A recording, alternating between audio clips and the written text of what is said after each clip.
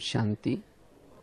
विशेष आज का विषय है मन जीत और स्वराज्याधिकारी से फरिश्ता स्थिति।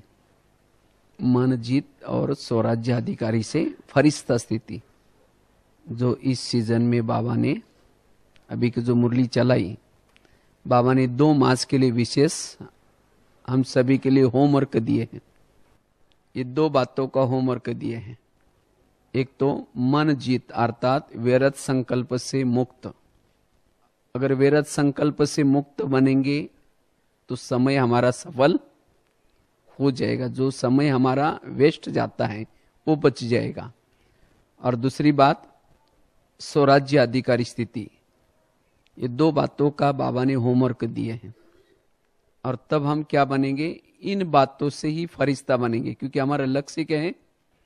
लक्ष्य है फरिश्ता बनना। और बाबा अब इसके लिए तीव्र पुरुषार्थ करा रहे हैं, क्योंकि इस सीजन की जितनी भी मुरलियां हैं, ये मुरलियां बहुत गहरी हैं और वो भी बाबा की फरिश्ता बनाने के लिए मुरलियां चल रही।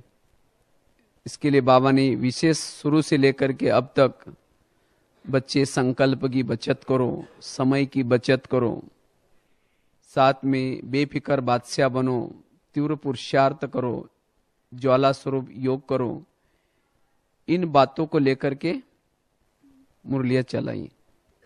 और उसके लिए बाबा ने संकल्प करा कि फरिश्ता बनना है। और 3 बार बाबा ने इस बात को दोहराया। तो अगर हमें फरिश्ता बनना है, उसके लिए ये मन जीत की स्थिति अर्थात व्यर्थ संकल्प से मुक्त बनने की आवश्यकता है। अगर हमारा लक्ष्य है फरिश्ता बनना, लेकिन अगर हम व्यर्थ संकल्प से मुक्त नहीं बनेंगे, फरिश्ता नहीं बन सकेंगे। क्योंकि फरिश्ता किसको कहते हैं? फरिश्ता अर्थात लाइट, हल्का। लाइट अर्थात शक्तिशाली, लाइट और माइट, जिसका रिश्ता इस दुनिया से, इसमें रहते हुए भी फरिश्ता अर्थात इस फर्श में रहते हुए भी सदा इससे उपराम, इसको कहेंगे फरिश्ता। लेकिन ये लाइट और माइट तब आएगी जब मन जीत स्थिति होगी। क्योंकि मन के द्वारा जो हमारी एनर्जी वेस्ट जाते हैं, इससे जो हम मास्टर सर्वशक्तिवान का अनुभव करना चाहते हैं, लाइट का अनुभव करना चाहते हैं, माइट का अनुभव करना चाहते हैं, अशरीरी विधेयपन की अनुभूति करना चाहते, वो नहीं कर पाते। इसीलिए अगर मुझे वो फरिश्ता स्थिति की अनुभूति करनी है, लाइट माइट की अनुभूति करनी है, तो व्यर्थ से मुक्त बनने की आवश्यकता है। जितना हम व्यर्थ से मुक्त बनेंगे, हम अशरीरी स्थिति की, विधेय स्थिति की, बीजरूप स्थिति की, बिंदुरूप स्थिति की अनुभूति कर पाएंगे। वास्तव में अशरीरी स्थिति, बिंदुरूप स्थिति, बीजरूप स्थिति, ये संकल्प की बचत का नाम। जितने जिसके पॉजिटिव संकल्प चलते हैं, संकल्प में धैर्यता आती है, संकल्प धैर्यवत होते हैं, उतना वो स्थिति की अनुभूति हम कर पाते। और इसीलिए बाबा ने ये संकल्प की हमारी बचत करने के लिए ही बाबा ने जो टोटल ज्ञान दिए हैं, जो आज हम ड्रामा का ज्ञान सुनते हैं, कर्म गति का ज्ञान सुनते हैं, ये परचिंतन नहीं करना चाहिए, हर एक का अपना अपना पार्ट है, ये सब जो टोटल ज्ञान है संकल्पों को बचाने के लिए है।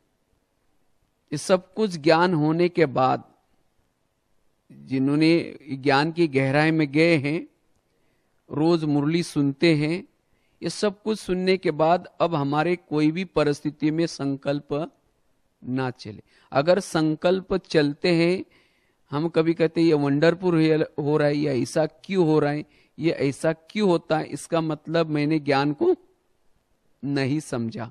फिर वो फरिश्ता स्थिति की अनुभूति नहीं कर पाएगा। इसीलिए अगर मुझे फरिश्ता स्थिति की अनुभूति करनी है, तो व्यर्थ से मुक्त बनने की आवश्यकता।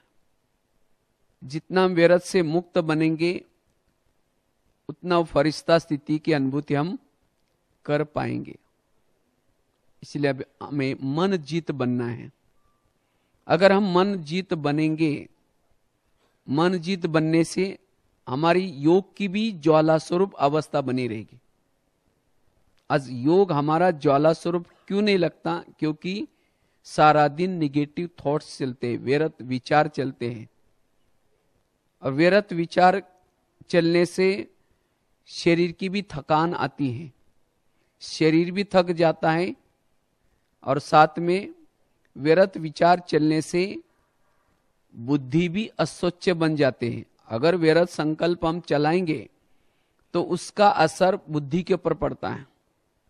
व्यर्थ संकल्प चलने से बुद्धि के ऊपर एक प्रकार की धूल, निगेटिव की धूल आते हैं, और अगर निगेटिव संकल्प बार बार चलाए, ये क्यों हुआ, ये कैसा हुआ, ये मेरे साथ क्यों हुआ, ऐसे विचार चलाने से बुद्धि अस्वच्छ बन जाती है।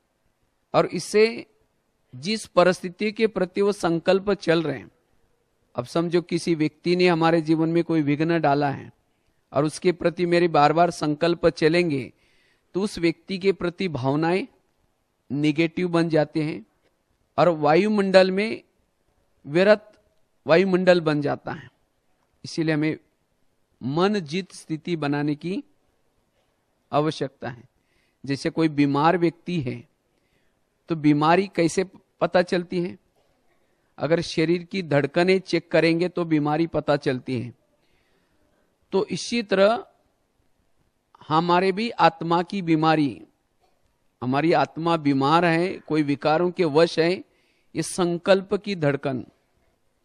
अगर हमारे संकल्प तेज चलते हैं, फास्ट चलते हैं, निगेटिव चलते हैं, तो आत्मा को अनेक प्रकार की बीमारी है। इसीलिए संकल्प को हमें क्या करना है? धैर्यवत करना है। जितने हमारे संकल्प निगेटिव और फास्ट चलते हैं, उतनी हमारी भाग्य की एनर्जी वेस्ट जा रही है, भाग्य हमारा बहता जा रहा है। इसीलिए बाबा ने कहा कि इस एनर्जी को क्या करो? बचाओ। और जितना हम इस एनर्जी को बचाएंगे, व्यर्थ को बचाएंगे, उतना हम शक्तिशाली बन सकते हैं।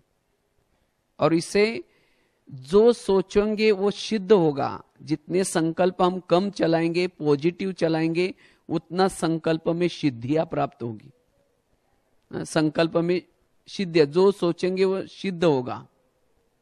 इसीलिए हमें संकल्प को क्या करना है? बचाना है, मन जीत स्थिति को बनाना है। लेकिन हमारे संकल्प क्यों चलते हैं? संकल्प चलने के बहुत सारे कारण होते हैं। अगर उस कारणों का हम निवारण करेंगे तभी हम मन जीत स्थिति को बना पाएंगे। हर एक के जीवन में अलग अलग कारण हैं, और जब तक उन कारणों का निवारण नहीं करेंगे तब तक मन जीत स्थिति नहीं आएगी। तो सबसे पहला कारण है, आज हमारा मन निगेटिव सोचता है, व्यर्थ सोचता है।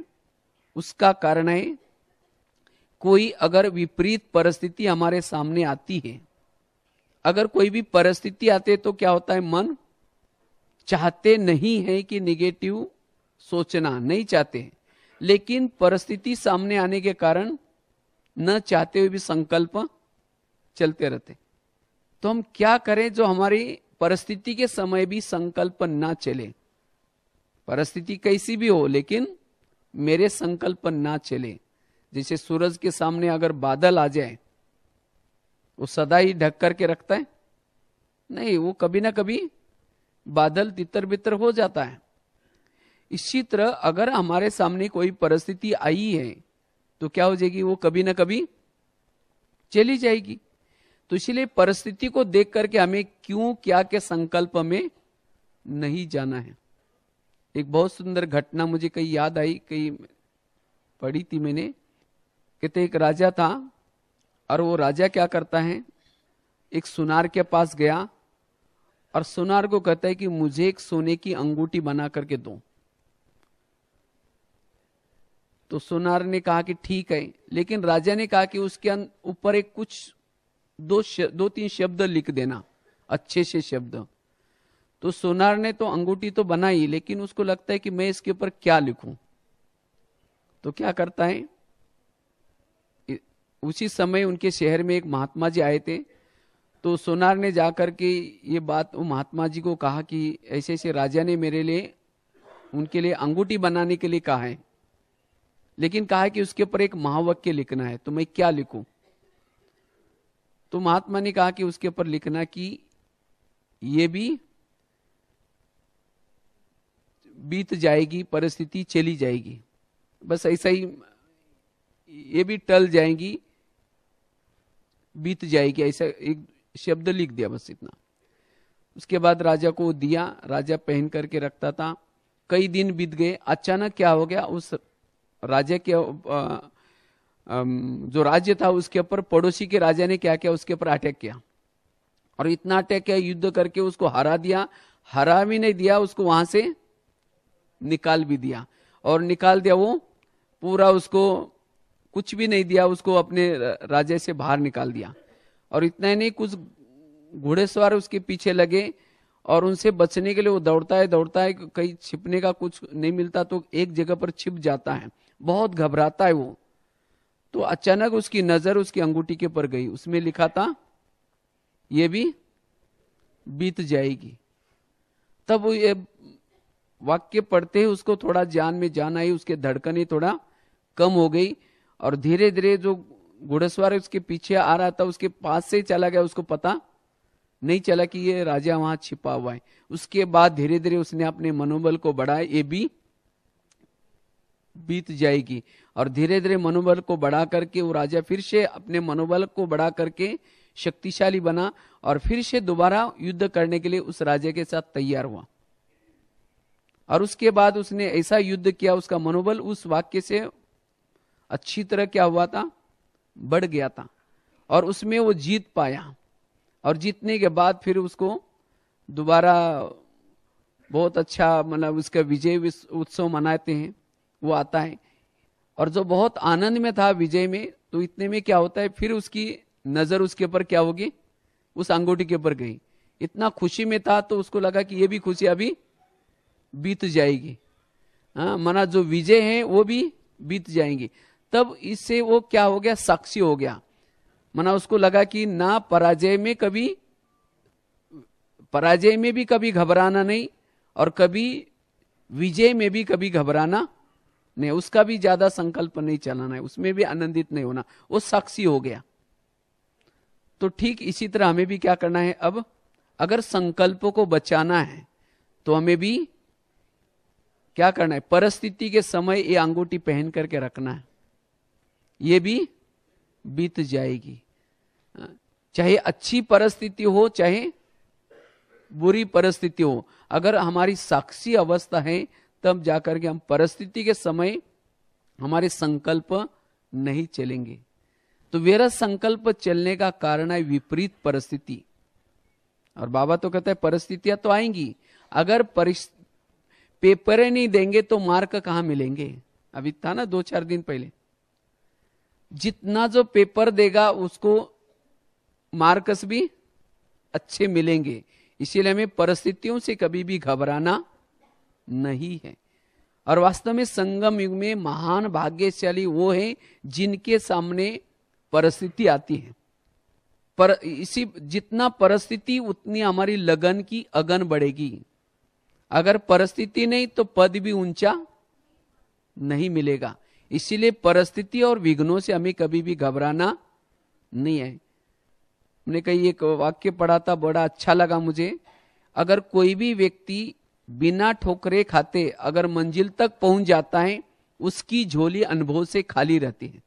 इसीलिए जीवन में ठोकरें जरूरी है, क्योंकि ठोकरे खाने वाला ही क्या बन सकता है, ठाकुर बन सकता है। इसीलिए कभी कभी बाबा कहते ना, जो बांधीली माता उनका योग मेरे से ज्यादा होता है। क्यों? जब उनके जीवन में समस्या और परिस्थिति आती है तो क्या करते हैं, उतना ही दिल से वो बाबा को याद करते हैं। इसीलिए ये बाबा ने खास हमारे उन्नति के लिए, हमें आगे बढ़ने के लिए परिस्थिति हमारे ड्रामा में एडिटिंग की है। परिस्थितियां क्या की है, हमारे उन्नति के लिए दी है। इसीलिए परिस्थितियों से कभी भी घबराना नहीं है, संकल्प विकल्प नहीं चलाना। जो आज हमारे संकल्प वेस्ट जाते हैं इन परिस्थितियों में ज्यादा जाते, और जो भी हम योग में थोड़ा योग लगा करके जो कुछ कमाते हैं, क्या करते हैं? वेस्ट करते हैं। इसलिए परिस्थिति के समय हमें क्या करना है? अपने संकल्पों को बचाना है। उसके लिए जैसे बताया कि ये भी बीत जाएगी। अभी तक बहुत सारी परिस्थिति आई, वो भी बीत गई, तो ये अभी आई है वो भी बीत जाएगी। दूसरी बात है, संकल्प हमारे क्यों चलते हैं? अगर किसी व्यक्ति के प्रति अगर हमने मन में कुछ भावनाओं को निगेटिव बना करके रखी है, अगर किसी व्यक्ति के प्रति आपकी भावनाएं निगेटिव आए, उसके प्रति घृणा भाव आए, नफरत भाव आए, तो उसको देखते हैं आपके संकल्प जरूर चलेंगे ही। आप न चाहते हुए भी अगर भावनाएं निगेटिव आए तो संकल्प चलेंगे। इसलिए जिस व्यक्ति के प्रति मेरी भावनाएं निगेटिव आए, उस भावनाओं को मुझे ठीक करना पड़ेगा। क्योंकि भावना कैसी बनते हैं? संकल्प निगेटिव चलते चलते क्या बन गए?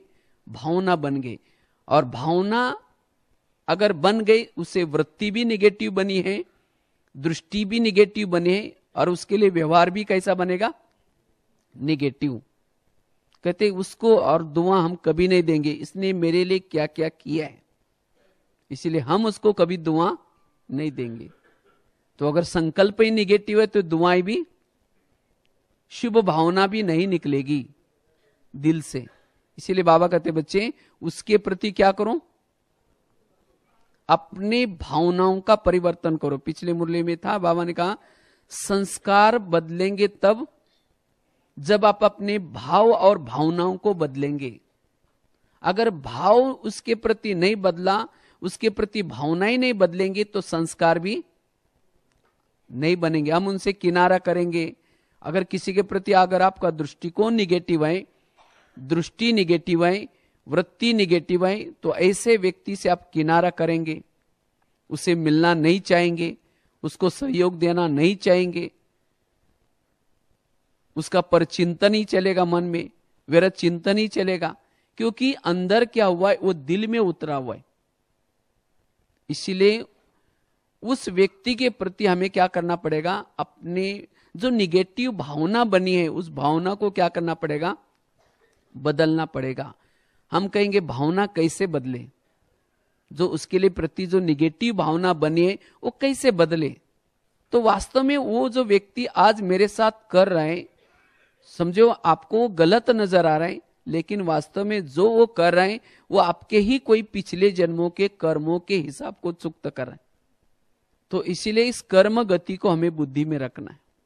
क्योंकि टाली कभी एक हाथ से नहीं बजती, टाली के लिए कितना चाहिए? 2 हाथ चाहिए। हम कहते हैं मैं इसके लिए ऐसा करती हूँ, मैं इतना सहयोग देती हूँ, मैं इसके लिए ये करती हूँ, आज तक हमने इतना उपकार किया, और फिर भी ये मेरे लिए ऐसा क्यों करता है? और ये क्यों? यही संकल्प चलाने का निमित्त है। इसीलिए मुझे क्या करना पड़ेगा? इस कर्म गति को बुद्धि में रखने की आवश्यकता है। और वास्तव में वो निर्दोष है। जैसे कोई नाटक होता है, नाटक में हर एक्टर को क्या है? पार्ट दिया रहता है। और जब एक्टर को पार्ट देता है तो पार्ट देने के बाद डायरेक्टर ने जैसा पार्ट दिया वो सब एक्टिंग करता है, जैसा स्क्रिप्ट मिला है। और दूसरा कोई कहे कि भाई आप ऐसा क्यों करते हो, कहेगा मैं क्या करूं, मुझे ऐसे ही एक्टिंग मिली, तो उसका क्या दोष होता है? इसी तरह संसार भी एक बहुत बड़ा बेहद का नाटक है। और इसी नाटक में हर एक को अपने अपनी स्क्रिप्ट मिली है। पति की स्क्रिप्ट अलग है, बच्चों की स्क्रिप्ट अलग है, पड़ोसियों की स्क्रिप्ट अलग है। तो जैसी जिनकी स्क्रिप्ट है सब पार्ट बजा रहे, सब निर्दोष है। इसीलिए बाबा कहते बच्चे किसी के प्रति भी भावनाओं को निगेटिव नहीं बनाओ।